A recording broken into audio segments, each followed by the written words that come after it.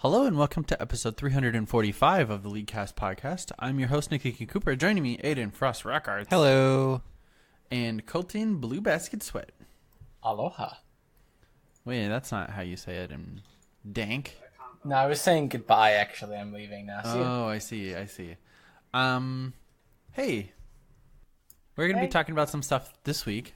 Specifically, Neeko, patch 824, the cool new Marvel news, combined with League of Legends. Victor, we got a round table question, a spicy cheese pick, lots of LCS news. This is pretty exciting, actually, and kind of like 1.5, 2 emails.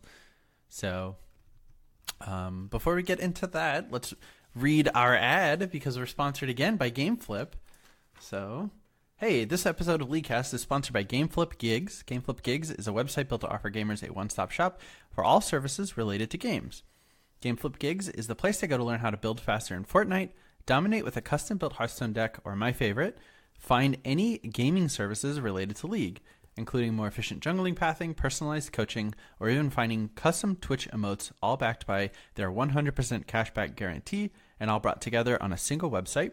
Currently, GameFlip Gigs is looking for any and all interested gig sellers to sign up for free to take part in their gig beta, which allows sellers to market their services to interested buyers. In addition, beta gig sellers can earn up to $1,000 in bonuses based on the services they sell, and a flat 10% bonus after that $1,000 has been reached. The best part of this entire offer is that gig sellers can be anyone. If you have the ability to coach macro or micro league, organize tournaments, create custom Twitch emotes or overlays, or literally anything in between, you can utilize GameFlip Gigs. The beta will be ending this weekend, I believe the 26th, which is Monday then. So if you are interested in becoming a GameFlip Gig seller, head over to gameflip.com/gigs to sign up for free today. Once again, that is GAMEFLIP.com/GIGS. Thank you to GameFlip for sponsoring this episode. Aiden, how was your week? My week was very good, actually. I kind of finished up with school. I played a little bit of League, finally. Playing a little bit of that Pokemon Let's Go Eevee. Played a little bit of MapleStory. I bought WoW because it was on sale. Not sure if I'm actually going to end up playing that or not. Other than that, though, it's just been solid. I think Nick and I are going to play through some Dead Rising 2. But overall, I'm just excited to be able to have more free time now that school's kind of winding down. So hoping to play some more League in the next couple of weeks. What about you, Colton? Let's see, what did I do this week? I saw the new Fantastic Beasts movie. It was pretty good. I think the first one was definitely better. But if you're, if you like Harry Potter, I think you'll like it. Definitely some really cool, beast designs, which is most of what I really like about it is just, all of these interesting creatures that they make up. I'm just like, that's pretty cool. That looks really cool. There's a lot of stuff going on, and it's very everything's twisting and turning, and you're just like, I think it's trying to set up the next one or two or however many they're gonna make, and I don't know. I feel like the biggest issue is that there's not. It doesn't seem like a whole lot really happens. That's very you're just like, oh, okay, that happened. Oh, okay, that happened. Oh, okay, that was a twist. I didn't expect that. Oh, okay, that happened. None of it feels like it was the climax, I guess. I think the main way I saw it described, I have this YouTuber that I watch, that they kind of described it as with one of the Harry Potter movies, the spoiler, one where Snape kills Dumbledore. Whoa, dude. You could spoil that movie for someone, but this movie you could try to spoil it, but people would be confused. So it's kind of just a mess from what I've heard. Yeah, that's a good way to explain it. Yeah, I mean, there's a couple things you're like, oh, but again, there's enough of them, and they're just barely significant, and especially some of them, it's you have to really know a lot more about it to understand why it's a big deal. It's this character is really this character, and you're like, oh, anyone who didn't already know a ton about who that character is and what they end up doing, just doesn't care. They're just like, oh, that's a cool name. But other than that, there's Thanksgiving, which you didn't have because you're not in Freedom Land. Well, he's already had it. Yeah. Yeah, but you could have had it this week if you were in Freedom Land. You could have had to wait longer. Yeah. It's my right to wait longer. So I had Thanksgiving on Thursday with my family, and then on Sunday I'm going to be having it with my girlfriend's family. So I get 2 Thanksgivings. Ooh. Let's see, what else have I been up to? I haven't really been playing much I haven't been playing much games. I've been kind of busy. Work is getting a little bit more interesting now that I'm getting through some of like the training stuff and into the actual job. I did some Black Friday shopping, but not really because it was just Thursday night at like 6 o'clock. So I got some stuff there for less than you'd normally pay. As one does on Black Friday. That's how it works, yeah. It's funny how many people are there. Like, it's not crazy where I went. Like, both the places I went weren't crazy, but you're just like, there's so many people here for these things they probably don't need. And then, big news for me that I'm really excited about. They added another new game mode in For the King. And it's a pirate adventure. Ooh. That sounds pretty fun. So, yeah, like, Warren and I played a little bit of it. We got, like, maybe half an hour into it. Where basically it's like, you do, like, the first section on land, and then it's like, hey, clear these 5 water temples across the map, and you just, like, are in a boat for probably half to 2/3 of the game, is my guess. Just, like, going around. And there are other pirate ships, like, going around, and you can, like, fight in the water. And they added guns to the game. Did they add a pirate class? No, unfortunately. That's the thing that... Bad game. Let me double check that, actually. I don't believe so. I would have been real happy if they added a pirate class, but I feel like the issue with it is that they probably already have, like, most combinations of what, you can do. Mm-hmm. I mean, it would probably have to be, like, awareness talent, because those are the 2 stats that work for guns. It's either an awareness gun or a talent gun. And there's, like, already a character that has high awareness and talent, so... I don't know. I would have really liked it, though, even if it was just, like... There is a pirate class from what I see. Oh, I didn't see it. Maybe you have to unlock it. Yeah, you unlock it from Belly of the Whale. Hell yeah. Now I'm so excited to even play even more. So hopefully you guys might want to do that. Because I'd love to play with 3 people. Yeah. You need to get another run going. But yeah, other than that, I've been watching a little bit of Jeopardy! Tournament of Champions on Netflix. I love Jeopardy! Aiden, I love trivia, as you probably know from the occasional random Thursday night where I'm like, let's do trivia, guys. So I've been really enjoying watching Jeopardy! On Netflix. But yeah, that's most of my week, I think. I feel like there's something else, but I'll go to Nick, and if I think of it, I'll interrupt him in the middle of the sentence. Nick, how was your week, buddy? Hey, it was... my other... it was a pretty normal week. I also had Thanksgiving yesterday, and it was good. The first one I've had with my grandma in a while, so that was nice. And, I mean, pretty much work and school. Hey, fun. I played a tiny bit of League. I don't think I played a ton, actually. Well, I was up at 2 this morning because I went to bed at 7:30 last night because I was sleepy. Because I'm a little tired turkey boy. Oh, man. Oh, Nick. Hey, what? I was tired. Unacceptable. But yeah, I think that's just about it. Yeah, we're looking forward to Dead Rising 2 and maybe some For the King. And I'm getting close to being able to do Recipe for Disaster on my RuneScape account, which is exciting. Ooh. It's something that I never was able to do as a little child. So That was a little tot. yeah, a little tot. Yeah. So that's it for me. If you guys want to get into the show, Let's do it.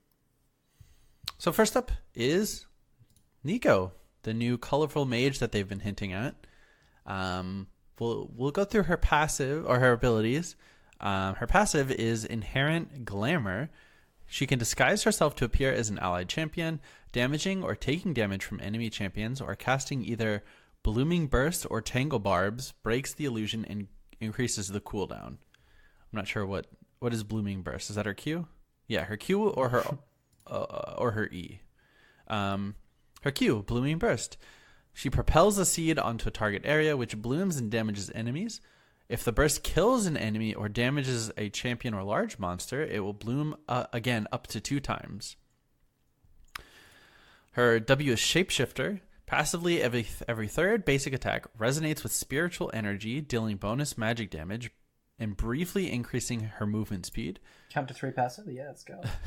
When she activates it, she can briefly slip out of sight, becoming invisible, gaining move speed, and sending a temporary clone of her current form sprinting in a chosen direction. Her E is Tangle Barbs. She slings a magical spiral in a direction, damaging and briefly rooting enemies it passes through. The last champion hit is rooted longer. If it hits at least 2 enemies, it grows in size, speed, and root duration. And her ultimate is Pop Blossom. She begins charging herself with spiritual essence. A moment later, she leaps into the air, gains a shield, and slows nearby enemies, releasing energy upon landing to massively damage and stun enemies in the area. When disguised by Inherent Glamour, enemies won't see Neeko's initial charge up for her ultimate. Looks pretty good. Looks pretty fun. Yeah, she seems pretty fun. Do you think they made her a rainbow character because they knew they were going to make her a gay character? I mean, maybe. She's a rainbow, right? Maybe. Is that intentional? I think she looks really cool, honestly. Like a really cool design. Yeah, very cool. Her character design is really cool. Mm-hmm. The Winter Wonderland. Christmas skins are the best. But dude, don't you mean Program is best skin line, not Winter Wonderland? No. Program is the worst. I think she's going to be extremely hard to use, but she'll probably be OP.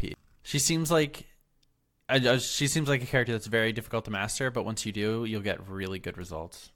My only real concern with her, well, first of all, I think she's going to be played as like a jungler over a mage, or maybe, I feel like mid and jungler are the only 2 good roles for her. Jungle because she can actually utilize all of her stuff, and mid I feel like she's going to get bullied by like a lot of characters. But my real concern is her passive in pro play. Like, how is her passive even going to work in pro play where you can just communicate stuff so easily between players? I feel like it's just like, it needs to do something else for the passive to be good. I don't think it will, actually. Here's how it works, Aiden. Yeah. No. Here's how the passive works in pro play. Okay, easy. All right, so the support recalls, right? Support makes a beeline to top lane. Neeko copies the support, ganks mid, like fake ganks, doesn't cast anything, just like does a quick check and then heads down into the river. And the mid laner, being the smart, good player, says, hey, support just ganked mid. They're heading bottom. Little do you know, top lane's about to get dove by the real support. But the thing is, in competitive, you're just going to say, hey, Karma was middle, maybe it's Neeko, be careful. No. Yeah. No, probably not. I think the only way it'll, like, I think it'll be decent because it'll also allow Neeko, though, to, like, scout a little bit more safely if she chooses to, like, mimic a tankier character, right? Where, like, if you see the Malphite running up toward a bush, maybe you don't, like, blow everything on him. But, you know, if it turns out, hey, it was Neeko, like, she gets that ward now kind of for free. Yeah, her ratios are pretty crazy. Like, I think her ult is like a 1.3. Oh, it's also important to note that her stun is like a 3-second stun, and it's kind of like a Bard thing where if it goes through 2 things, it's a 3-second stun. So I think it's going to be better than like Morgana stun or whatever. Yeah, her ultimate looks like it does insane damage. And I think that's going to be the most, like, I think the most telling part of her kit is if she's able to wave clear, she's going to be played mid. Yeah, and I feel like there's a lot of room for like the someone like jumps in and gets killed by them because they think it's a low health target, but it's actually a full health Neeko. Yeah, like I flashed into that and she 100-0'd me. Can you guys imagine one for all? Wait, which Neeko is that? Yeah, who's the real? Oh my god, that'd be crazy. Do we want to talk about the patch now? Yeah, let's talk about the patch 8.24, which is out as of 2.3. Oh, is 8. Oh, did someone update it in the Google Doc? Because I read 8.24. Okay. Hey, so first things first. Before I guess we get too much into it, Dark Harvest was changed, and then after the change, it was also hot fixed. So the base damage is 40 to 80, level 1 to 18, and damage per soul is down from 8 to 5. But we'll talk. It was so strong. Yeah. It was so strong. It still is so strong. But first up, Aatrox. His ultimate duration is decreased and now grants max heal if Bloodwell is over 80% filled. We have Ezreal next. W base damage increased. AP ratio now scales with rank. R damage decreased against minions and non-epic monsters, but no longer falls off per target hit. So they're just trying to like address the whole like alting waves and stuff from across the map to like fix waves. That's cool. I think that's like a pretty fine change overall. Yeah. I really like it, yeah. Lissandra, hey, they changed her. New passive. So with the new passive, they changed like her mana stats and her costs on all of her abilities. But her new passive is Iceborne Subjugation. When an enemy dies near Lissandra, they become a frozen thrall. Thralls seek out living enemies, slowing their movement speed when nearby. After a few seconds, they shatter, dealing magic damage in an area. It's got an AP ratio, it slows, and I think if it kills somebody, it makes another thrall, so it can chain, which is pretty funny. Yeah. So, I mean, anytime she gets a kill and an assist, it spawns a thrall. Pretty cool. I'm very excited. Also, Iceborne Subjugation is a sick name. Talia, Q better cooldown. Than the Ice Witch? Yeah. Talia, Q cooldown, cost, workaround duration, all decreased. The multi-hit damage penalty now applies to everything, not just champions. So this is probably the end of Jungle Talia. Yeah. I mean, the cooldown's really nice, but it's kills her jungle clear like insanely. Yeah, I agree. So Yorick's Mistwalkers and the Maiden now draw a minion and turret aggro onto Yorick if they damage an enemy champion. That's an interesting change, honestly. I feel like it should draw turret aggro, but not minion aggro. This seems like a huge nerf, actually. Not huge, but yeah, turret aggro makes sense because I think that's how it works for other pets, with the exception of maybe Mordekaiser for some reason. Yeah, Mordekaiser because it's like a champion, I think, so it doesn't draw the aggro.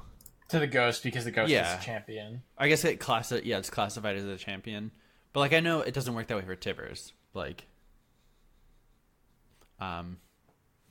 it just seems weird that it draws minion aggro, I suppose. That's fair. I agree. Yeah. I was actually reading a post on Reddit about this, and someone was saying that they wanted to nerf Yorick in low elo, but make him like keep him the same in high elo. And one of the ideas they threw out is like just make the hitbox on his little minions, the ghouls, bigger, so it's easier to click on them and kill them. That's cool. Which I think is really interesting. Yeah, but that's not what they're going with. So sadly, not. We'll see.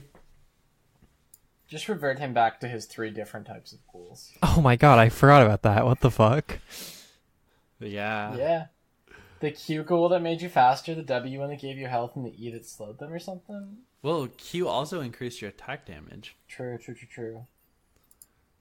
It was pretty dumb. Doran Shield, passive regen now based on missing health. So it's higher if you're at lower health, which is nice. That seems very strong. Very strong. Yeah. Ginsu's. On hit, flat damage is increased. The ratios have been removed. It now grants armor and magic penetration. Stacks no longer grant AD and AP, and the cost is decreased. It's even better on Kale. I don't know. I think it's still good on the characters that use it. Well, I think they want to try to limit it to fewer characters. Like, I don't think they want Yeez to pick it up or Veins to pick it up. Next, we have the Monster Gold penalty has been removed for gold funneling. I don't see why they removed this. I don't see how gold funneling is not going to come back, honestly. I guess they are trying to justify it somehow. I'm not sure how, though. So I guess they're saying that the farm bounties and turret plating are enough of a penalty or risk to trade off. Like, if you funnel, you're gonna lose out on potentially farm bounty. Like, if you have too much gold from a farm bounty and you die, you'll get too far behind. And you can't funnel a tower gold, really. Well, like you can't give like the 500 bonus gold for solo killing the tower because it's going to be shared every time you chip one of the little blocks off. That's fair, I guess. It's still like 160 or 80 gold per person, though. Oh, I thought it was 160 split. Yeah, like 80 each, I guess is the split. Oh, yeah. You'll be too. The thing I like about it is that it was very clearly a Band-Aid fix when they applied it, and that at least it gives me the faith that Riot knows when they made a stupid Band-Aid fix, and they're at least willing to revert it once they've fixed the underlying problem. I don't know if they have fixed the underlying problem, but like it's at least a somewhat promising pattern of, hey, we're going to do something right away so this can not be shit for everyone, and then hopefully address it long term and then get rid of the, Band-Aid fix. Can you explain Callista? Yeah, right? So, again, they don't always do it, but the fact that they did it this fix. time hopefully means they'll continue to do it from now on. Minion execute threshold increased for relic shield chart upgrades. Hey, by the way, I think coin is OP. Coin is OP. The main changes to wards and trinkets, though, you can only carry 2 control wards now, and your trinket scaling, like the duration of it, is based on the average level of players in the game now, and it goes from 90 to 120 instead of 90 to 180. So we're losing some time on trinkets. Riot's really trying to get rid of some of the vision control in the, I guess, like overall in the game. Oh yeah. But that's just for the yellow trinket, so. I'm back, sorry. Turret plating.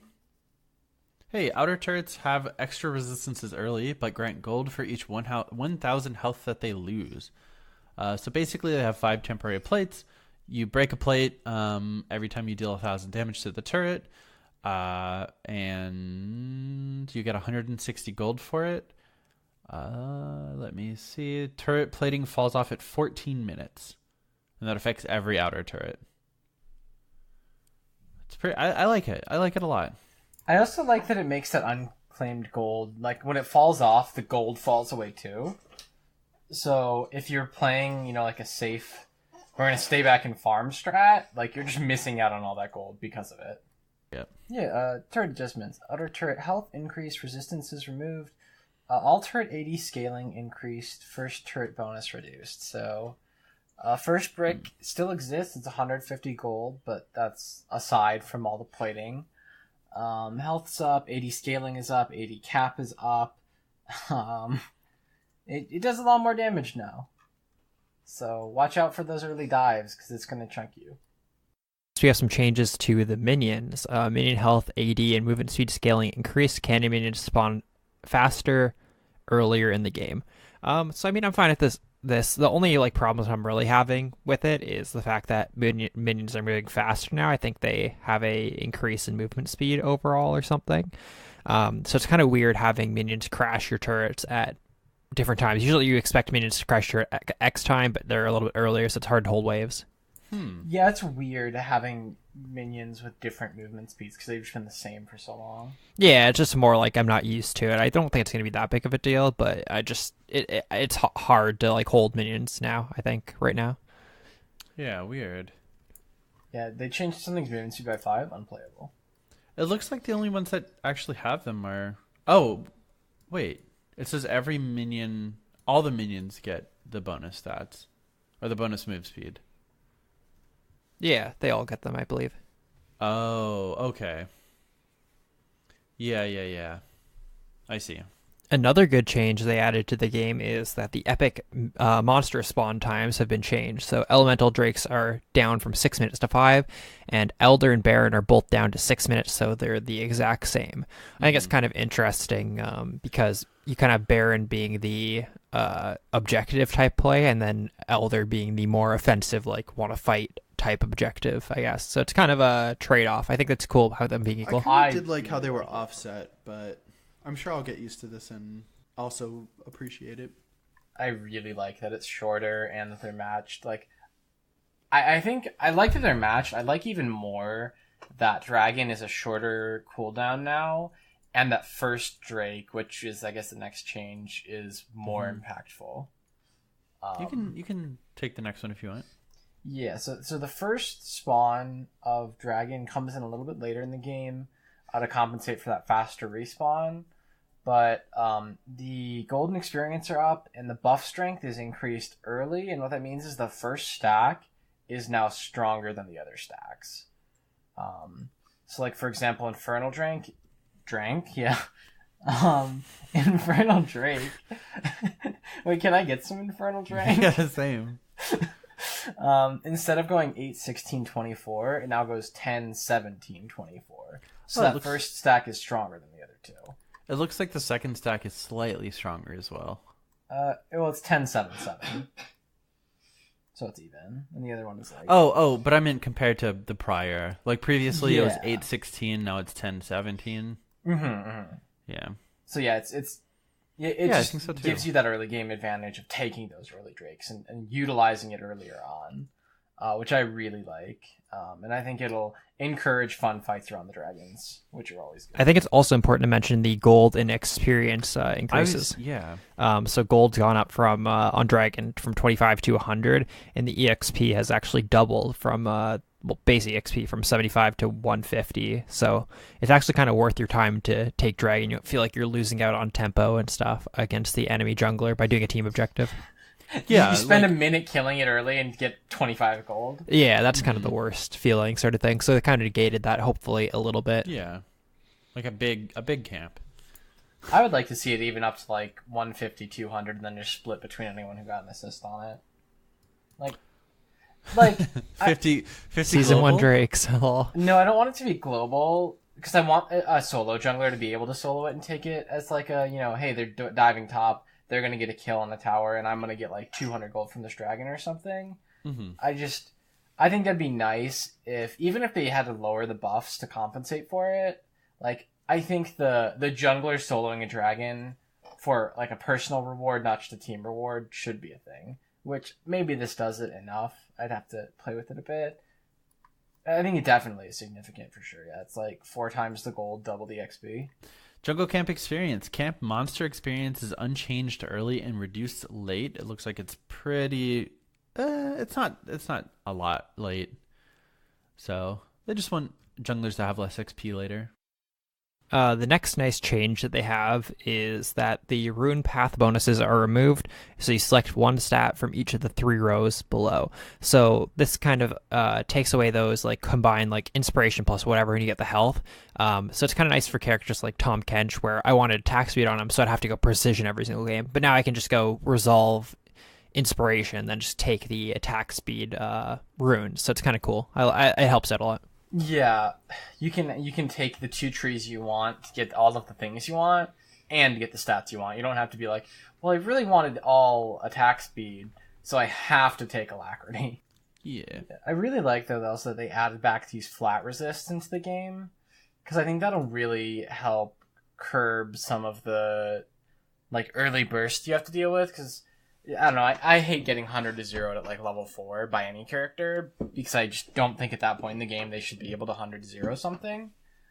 And I think that also, that comes probably primarily from a place of, hey, I used to be able to take like 12 armor and 12 magic resist at the beginning of the game, so their damage was reduced by like 30% always.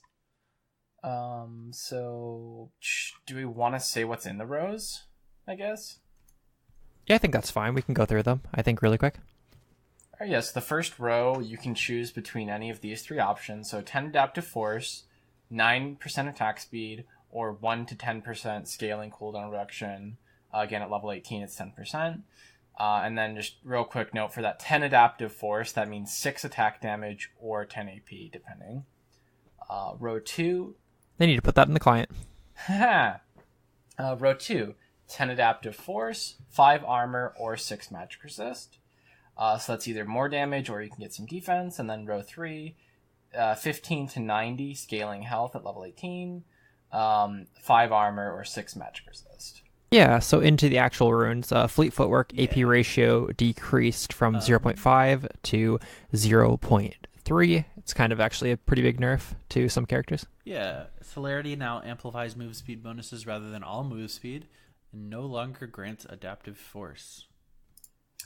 Dank Harvest now only procs on low health targets, but no longer requires a soul to have been recently collected. Cooldown partially resets on takedowns. Does not give you stacks off minions and monsters, so you only can stack it off champions now. And you gotta hit low health characters, but I think it does more damage now, yeah? Yeah, it does way more damage. Yeah. I think that would have been a great time to just rename the ability if it changes that much. Even if you made it just like Soul Harvest or something, right? To distinguish that it's different now. Ravenous Hunter, the base healing is decreased from 2.5 to 1.5%, but the stacks are still the same. That's probably good. Demolish, charge up time decreased, base damage decreased. I actually think this is actually a pretty good change. The extra 1 second that you get from the charge up time now is actually pretty big, and I think the 75 base damage doesn't really mean that much in the grand scheme of things. It allows you just to proc it more as support and other things. So, no, yeah, I think charging it faster is way stronger because that just means that instead of having to have like a full wave and you sitting under tower the whole time, right, you can do it with like maybe 3 casters if they're not actively pushing back. Yeah, I agree, honestly. Shield Dash. Gain bonus resistances while shielded. Your next basic attack after gaining a shield deals bonus damage. So yeah, it's okay. Take this on characters who have shields. Take it on Victor and Riven, please, God. Just take it on characters that use shield like a lot, please, oh God. I took it on Rakan. It felt pretty good. That doesn't sound too bad, I guess. I guess you have like a lot of shields. You have your passive shield, and then you have your 2Es and stuff. Mm-hmm. Yeah, Rakan felt really good. Because like you have your passive shield, and then you get to like also get a shield with your E.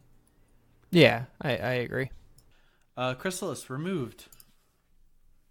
Yay. Goodbye. Overgrowth. Stacks now grant flat health rather than percentage health. At 120 minion and monster deaths, gain a percentage health bonus, which is 2.5% full max health. And what is it? You get 3 health per like stack of it per 8 deaths, which means you get... How much health do you get when it's fully stacked, like before the percentage? So it's 120 and it's 8 per thing, so that'd be at 1545 health, and then plus 2.5%.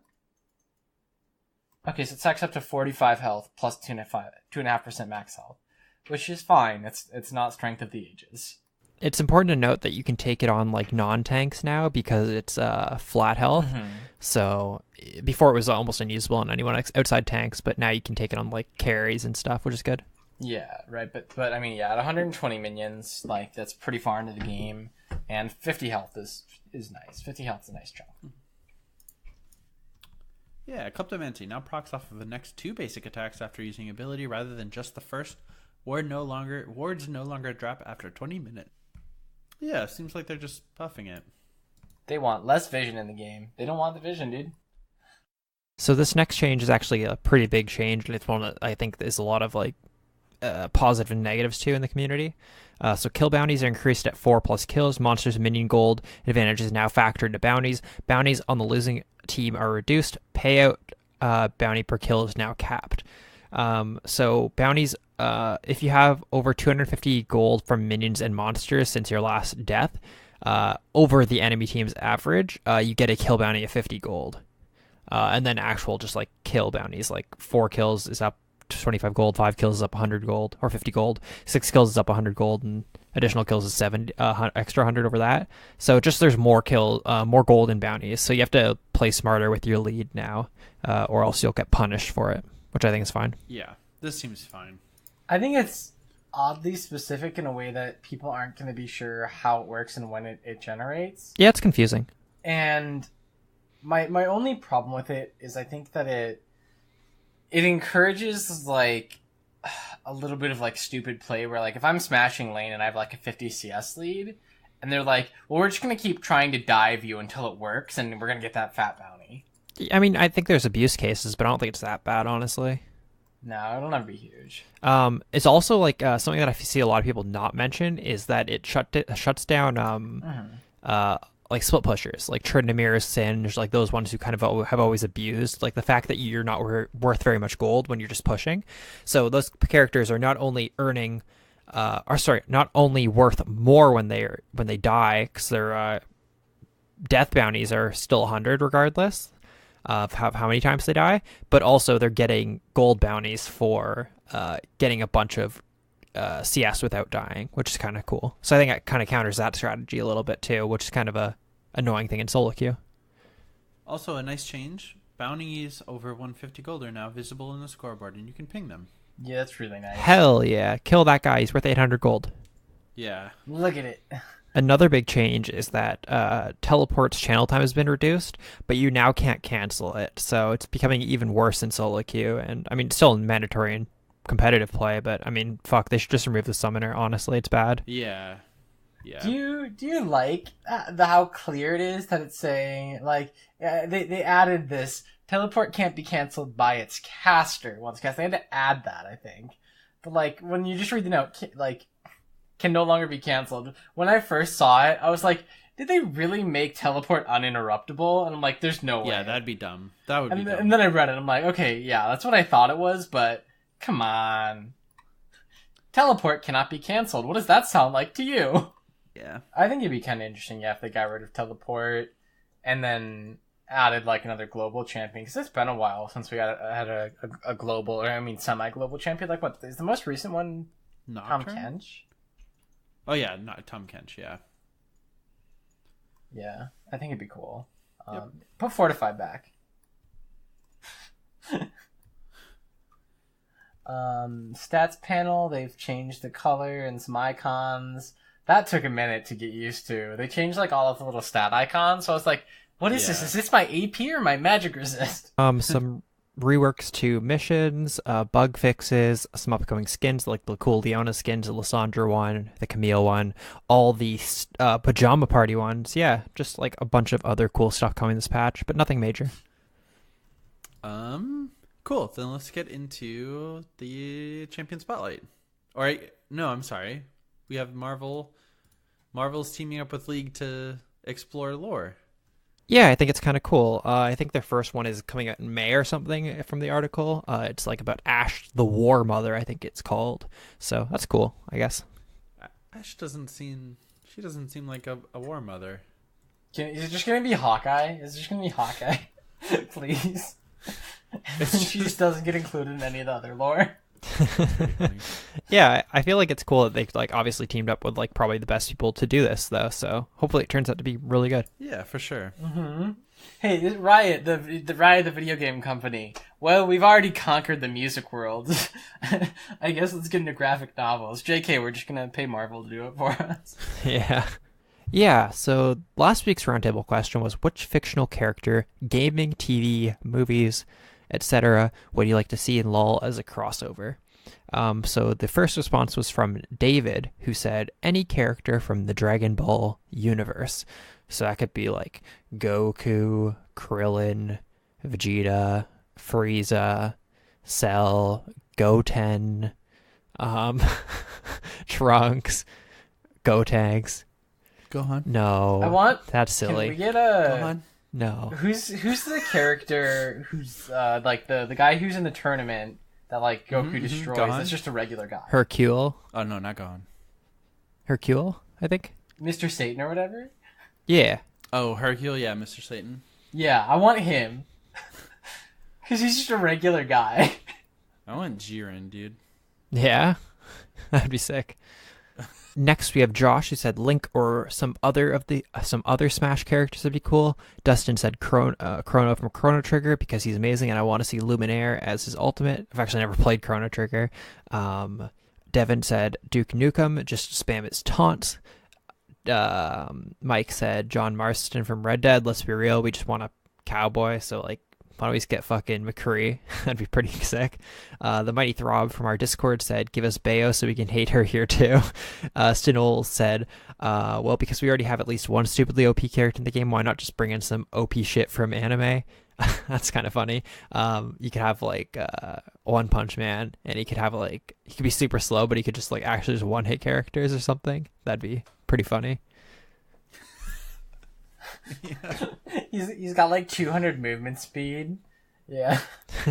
Slap chop Saitama. Slap chop. Yes. And then we have Bunty said any nondescript NPC guard from an RPG support would be perfect role. They'd consistently shout the same 3 lines of dialogue at the enemy players. Come to think about it, this might be better if we just put a helmet on Baram and change his voiceover. That's kind of funny, actually. It'd be good, just the stupid guard NPC. Do we need Oblivion guards? Someone steal your sweet roll. Yeah. Yeah, and this week's roundtable question is, what is currently your favorite duo bot lane to play right now? Aiden and I have a Wamba combo answer. Hell yeah, we do. You want to go first, Colton? I'm trying to think. We can go right now if you don't want to go. Yeah, you go ahead. Okay, so Lysandra and Leona together at once. Ice. Sunlight and ice. And sun. Sun. Ice and sun. Yeah. Honestly, though, it's actually really, really OP. I'd recommend anyone try Lysandra and Leona. It's so much CC and a lot of damage and crazy wave clear. You just need like an AD mid or jungle or top, like maybe 2 out of those 3 being AD. But it is really, really strong. We played like 2 games, and I think we have a 100% win rate over our crazy 2 games. But it actually felt really strong, honestly. Yeah. Even when we didn't do so hot in lane, out of lane, oh my god, it was too easy. Yeah, it was actually really good. Yeah, you can engage from like 2 screens away and have enough CC for your lane partner to get there in time. Yeah, it's so much fun. I kind of just want to say like Leona Plus, because I think Leona enables Shut up. so many other characters to play for in sure. bot lane, right? Where that's why the cheese for the longest time was Leona Jarvan or Leona Renekton or Leona Leona Jarvan, Leona Pantheon. You can go to like Leona Pike. You can do Leona Lysandra, Leona Annie. Like you can do Leona plus just about anything in the bot lane, and it's really good. Also, you're gonna want to ban Silver Morgana, 100%. Yeah. So I'm just gonna say Leona Plus is my favorite bot lane. Okay. Because I don't know, you can add so many things to it. I mean, we could go like way back in the day, and it was Blitzcrank Shaco, but that was a long time ago. Oh my god! I'm so happy that developed separately, because when I played Blitzcrank Shaco, I hadn't met you guys yet, and that was one of the most fun things to play. Back when you could stack all the boxes on top of each other. Yeah, what I would always do is I would put like 1 or 2 boxes bottom, run top, and like set up a trap in their like top jungle at red buff, like kill their jungler, and then teleport to bot lane on my boxes. That was so nutty. Yeah, so quickly just wrapping up roundtable. If you want to tell us what your favorite duo bot lane is to currently play in League of Legends, you can hit us up on our Facebook page at LeagueCast Podcast. You can send us an email, mail@leaguecastpodcast.com, or you can do our favorite thing, which is come into our Discord server and type in our roundtable section. That's where we get the most content, and I feel like we have some good discussions sometimes about them in there. So yeah, join our Discord. It's a lot of fun. Thanks. Colton, cheese pick? Yo, so we're putting another entry into the big book of Slap Chop builds. Slap Chop Kled. Alright. Take that Predator. Boom. Easy. Ulti at someone. Get your Storm Razor. Got your Duskblade. Man, you come out of the woods at like Mach 12. Just blow them over. Just gone. Insta-kill. And then, when their team tries to burst you, you just use your stupid broken passive and get away. I feel like Predator plus his ult is kind of ridiculous, and I really want to play it and try it. It seems fun. Is it locked into a certain move speed, or? Oh, does it not make it faster? I'll have to test that, I guess. It probably doesn't, but it probably... I mean, the damage would go up, right? Because it procs Predator. Damage definitely up, yeah. Yeah. Faster. Yeah, just hit him one time. Little Slapshot Premium. We're going to pair that with Scamorza cheese. It's a South Italian cow's milk cheese. It is elastic and stringy is the adjectives I'm seeing on this little description. So, yeah. Scamorza cheese. Interesting. Let's talk about LCS, because we've had quite a lot of news, and it looks like someone has grouped this all together nice and easy. Yeah, so I'm going to quickly rip through these, then we can maybe discuss it after. So Astralis acquired Origin brand for LEC. Deficio is now the GM of Origin, Caps to G2, Perks is rumored to be the AD carry for G2, Bang to 100 Thieves from SKT, Huhi to 100 Thieves from CLG, Ryu is now the assistant coach for 100 Thieves, Jensen to Team Liquid from Cloud9, Core JJ to Team Liquid from Gen G.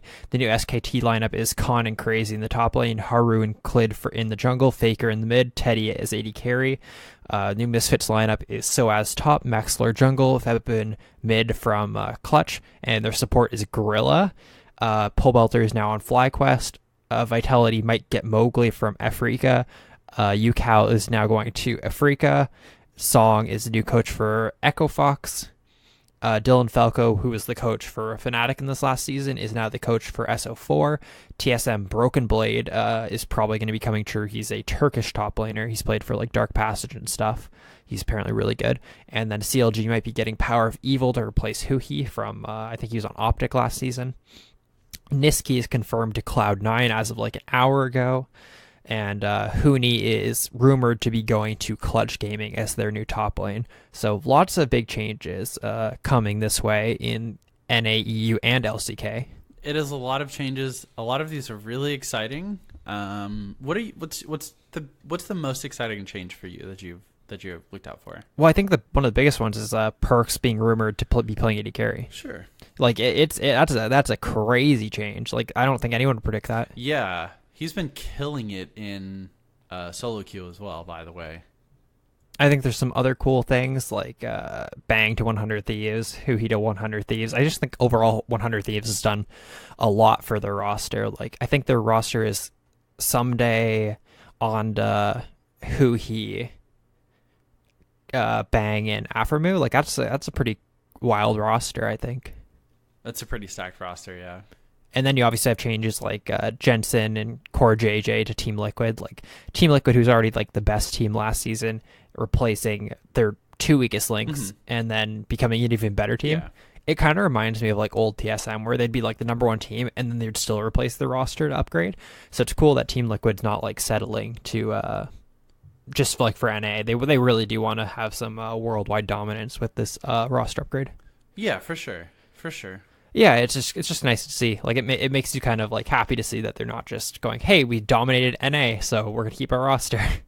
Even like the new SKT roster, like I'm not like super into LCK, but like their roster is even crazy. Like having a building team around Faker with like Khan top, Haru jungle, Teddy AD carry, like that's a team that can win LCK. That looks like a pretty good team. Yeah, it's just nice that Faker kind of has some more competent teammates. Pretty excited for that one. Like replacing Blank with literally anyone's an upgrade, and then obviously like Bang, Teddy's kind of even, I guess, but I personally like Teddy, and I think you like Bang a lot more than I do, but I think Teddy's really, really, really, really good. Yeah, but I feel like it's gonna be one of those things where Bang Aphromu sounds like it's gonna be a fucking meme bot lane. Like they just have a ton of fun and don't really care, and they're gonna do really well. Yeah, Bang Aphromu versus Doublelift Core JJ is gonna be crazy. Oof. Honestly, like that's gonna be a crazy matchup for the entire split. Oh my god, I'm excited for like Team Liquid versus 100 Thieves. That's gonna be the new rivalry. Oh, absolutely. Even looking at EU, like or LEC, like the new Misfits roster looks crazy. So as Maxlor, Febivin from Clutch, and then Gorilla. Like that's a fucking wild roster. That's a huge upgrade from last year. Gorilla's gonna tear up EU, I think. It looks pretty fucking good. It depends on who their AD carry is. Do you have any idea? I'm Cody Sun. I'm calling it Cody Sun. Could it be Hansama? Is he like still on Misfits, or do we know? I'm not sure. Yeah. Let me check. 'Cause Hansama is like a crazy good AD carry. I think it would be a blessing for him to be able to like play alongside Gorilla too. Yeah. Like guy has showed some promise over the past couple of years. Honestly. Okay, that'll probably be Hansama. Yeah, he's still on Misfits, so That team looks really good. yeah, it'll probably be Hansama. I don't think there's a better AD carry. Like Hjarnen's not going to replace him. I'm glad. I don't think Paul Belter was that bad. I think he had a terrible year, but I don't think he's that bad. No, I agree. I think he probably like got his choice of the litter from what team he's going to go to. Like he could choose between FlyQuest, Golden Guardians, Optic. What's the other team? There's like one more team down there, but he could probably choose. Honestly, CLG. So yeah, he could even be a mid for CLG. I think. If CLG couldn't pick up, like you were saying, Power of Evil and Selfie, I could see Paul Belter coming back to CLG. Yeah, I think that'd be fine. I don't think that would be a good team, but yeah, it'd be passable. I think they're on a similar level, but I do think what's his name? Why can't I think of it? Is a better player. Power of Evil. Oh, I mean, absolutely. And Dylan Falco going to SF4 is crazy. Anyone who is comfortable with letting like Reckless bench himself, he's got to be a crazy genius. Yeah, I really don't understand why he was let go, like, or not let go, or like decided to switch or whatever. Because like he had crazy success on that team, and I mean, he obviously did some work for them. It's just weird. Mm-hmm. I don't know, man. What about TSM Broken Blade? He's the Turkish player that's going to TSM. Yeah. So I've heard like good things about him, but I really don't know a lot about him. So I've only heard good things though. But it sounds like that's almost confirmed though. Like Haunter's not very good, but like they have to drop Sven or Mithy to pick up Broken Blade. So that's gonna be interesting. Yeah. So it is my assumption that they'll probably offer a contract to Sven, but drop Mithy. Yeah, maybe give him like a coaching spot or something. Yeah. Yeah, I mean, I don't think we'll see him play for TSM again. No, I feel like he played well in like the playoffs, but I don't know if that was like enough to keep him on board with the team, honestly.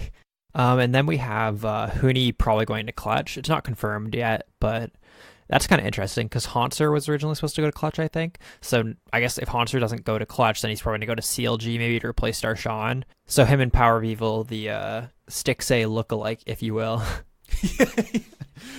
Did you see the tweet from Stixay's mom? Yeah. He said, hanging out with my two boys. Yeah, it's really fun. They honestly do look literally the exact same. It's so weird. And I guess the last change is that we don't know where Prey's going right now. He has no team, but he can speak English fluently, so. Yeah. I really don't want to imagine Prey without Gorilla. Well, you're going to imagine it because he's probably not going to be. I guess he could go to Misfits, right? They don't have a import because Febiven's still EU. But yeah, we're going to see with Prey without Gorilla almost certainly. Maybe he's going to go to an NA team. What if they got rid of Sven and kept Mithy and then no, they couldn't do that still. I don't know, man. We'll see. The other thing to mention is Team Liquid. They picked up Jensen, but Jensen becomes a NA resident next summer. So they're going to have like a full NA lineup with the exception of, I think, Core JJ, right? Korean, yeah. Yeah, so that's something to pay attention to because like I guess they'll probably switch out Xmithy for maybe like a European or Korean jungler maybe at some point. Yeah, that's true. I feel like Xmithy has a good playstyle for that team. But if they could just find an upgrade to someone playing that play style, like that'd be sweet. Oh, I agree. I think he's like a top 2 or 3 NA jungler. Yeah. It's not even that I think he's bad. I think he did really well on Team Liquid, but no, yeah, I agree with that. Yeah, but then you start to consider like, okay, what if we just find like a Korean jungler who plays the same champs but better? Mm-hmm. Yeah. Yeah. No, it's just like, yeah, if they can find an EU or an Korean import, then why not? Yeah, and then I guess CLG's jungler, like they're probably gonna get rid of Rainover, maybe to like clutch or something, because I think they have. Do they have Wiggly right now? Yeah, they have Wiggly as their jungler right now. I think currently. I think so too. Even if just to determine if Wiggly is the jungler of the future for CLG or not. I think he can be. I think he's like he played so well like last split. Like he carried Academy, and then when he came in, he actually looked good on CLG though. So we'll see. Yes. Mm-hmm. But Rainover isn't the starter, I assume. Yeah, I mean, I don't. Yeah. I hope it's Wiggly as well. Yeah. I think CLG is currently looking at Darshan for the moment. I wouldn't be surprised if CLG Haunter. Yeah. So Darshan / Haunter maybe. Wiggly, Power of Evil, Stixay, Biofrost. Doesn't sound too bad. That kind of sounds like a... Doesn't sound like a Bang Core JJ Jensen roster, but yeah, but I think Haunter can be a decent replacement for Darshan. I guess they're kind of similar, but I guess Haunter's more consistent. Yeah. I think yeah, it's hard. I don't know how to compare the two because they both kind of play the same. Like they're good on tanks, they're good on carries, but they also like have some low lows. But we'll see. I'm expecting another like 6th to 8th place. But top 2, Team Liquid 100 Thieves, like 100%, right? I think you'd be crazy if you said otherwise. Team Liquid's getting first. Yeah, their roster's fucked. Yeah. Those are 2 all-star rosters. I just don't know how like any other team competes with them. Like even like TSM, like how does TSM compete with Double If Core JJ, Jensen, or Bang Aframu? Like that's wild. Looks like it's shaping up to be pretty interesting. Oh, how quickly do you think Team Liquid fans or like just general people forgot about the whole Cody Sun like Dunzo type thing when Hunter Thieves picked up Bang for the roster? Like just completely forgot about. I hate 100 Thieves. Like how quickly? Oh, instantly. They saw the headline and said, "Cody who?" Honestly, though, like that's a huge upgrade. That's a hell of a way to ask for forgiveness. Yeah, I don't know. Hey, look, know you fucked up. Here's Bang. Okay, I can look past this. What if they did that for like CLG? Like they picked up like some crazy player. If they just picked up rookie, dude. Yeah, okay. Hey, Melfight. So we have 2 emails from David. So we'll just read them all at once. He said, "Hey guys, answer to the current roundtable. I'd like to see Riot put more work into Nexus splits. I wouldn't say that it should be a top 3 priority." Wait. Oh, okay. Sorry. So the first one is the original email, which we received again, but the second one is a response to this email. So he said, "Hey gents, 3 things. First, thanks for using my roundtable question. Looking forward to hearing the community's answers on this episode. Sorry, Nick, that you couldn't think of a character to fit into this hypothetical scenario. If you need help increasing your imagination, I have some good children's television shows that teach that sort of thing." Number 2, I read an article over December talking about how Avatar won a Peabody Award and why. Intrigued by the article, I bought the show on Blu-ray and binged it in a couple weeks. Easily top 5 shows of all time. Here's a link, FYI.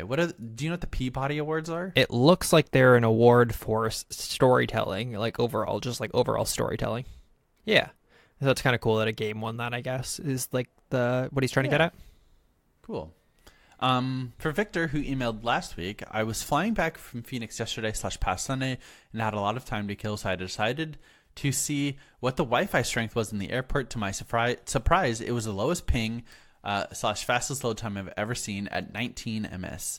Better than my home Wi-Fi. So if you want to have a ranked grind next season, perhaps post up in the Phoenix airport. Happy Thanksgiving / thankful for this podcast, David. Thank you, David, for your email. Huh. Maybe we transfer our talents to Phoenix.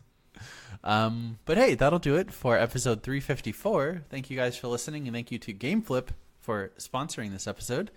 Check us out on Twitter at LeagueCast and at LeagueCastFrost. Like us on Facebook, LeagueCast. Talk to us on TeamSpeak, ts.leaguecastpodcast.com. Send us emails, mail@leaguecastpodcast.com. Twitch.tv/BlueBasket and /KingLardout, where we stream. And support us on Patreon, patreon.com/leaguecast. Thank you guys for listening, and we'll see you next week. Bye. Bye.